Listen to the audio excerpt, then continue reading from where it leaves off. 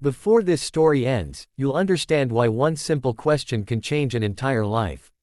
If stories about hope, family, and second chances touch your heart, don't forget to like this video and subscribe to the channel, because stories like this deserve to be shared. No one noticed the boy at first. He stood near the entrance of the community center with a backpack that was too big for his thin shoulders, fingers gripping the straps like they were the only things keeping him steady.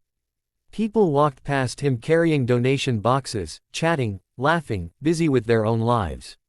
Then the boy took a step forward, looked up at the tall man signing papers at the registration desk, and asked in a voice that barely made it across the room, "Sir, can I call you Dad?" The room fell silent. The man froze, pen hovering midair. His name was Daniel Carter, a single father who had come to the center to volunteer for the weekend adoption and foster care awareness event. He wasn't there to adopt.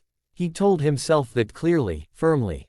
He was there because volunteering looked good on his schedule, because his daughter Lily had begged him to help kids who don't have anyone, and because it felt easier to help for a few hours than to face the loneliness waiting at home every night.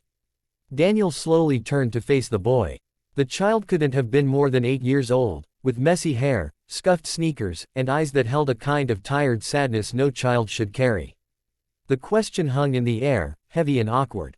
People stared. A few volunteers exchanged uncomfortable looks, expecting Daniel to gently correct the boy, maybe smile sadly and move on. But the boy didn't look embarrassed.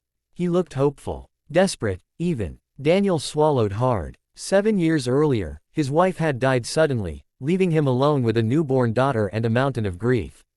He remembered nights pacing the floor with Lily in his arms, whispering promises he wasn't sure he could keep. He remembered the fear of being enough. And now, standing in front of him, was a child who didn't even have the option of calling anyone Dad. "I'm sorry," Daniel said softly, kneeling to the boy's level. "What's your name?" "Ethan," the boy replied. His voice shook, but he didn't look away. "They said you help kids. And you already have a daughter. I heard you talking about her. I thought maybe I could pretend, just for today." Just for today. Those words hit Daniel harder than the question itself. He glanced around the room. People pretended not to listen, but everyone was listening. Ethan's caseworker stepped forward, clearly ready to intervene, to explain boundaries and rules and how children sometimes attach too quickly. But Daniel raised a hand. "Why do you want to call me Dad?" he asked. Ethan hesitated. "Because dads don't leave," he said quietly. "At least, they're not supposed to." Something cracked inside Daniel's chest. Ethan had been in the foster system since he was 4. His mother had passed away, and his father had never been found. Since then, Ethan had moved through 6 different homes. Some were kind, some were not. None lasted. Every time he unpacked his small bag, he learned not to get too comfortable. Every time he started calling someone family, he was told it was time to go.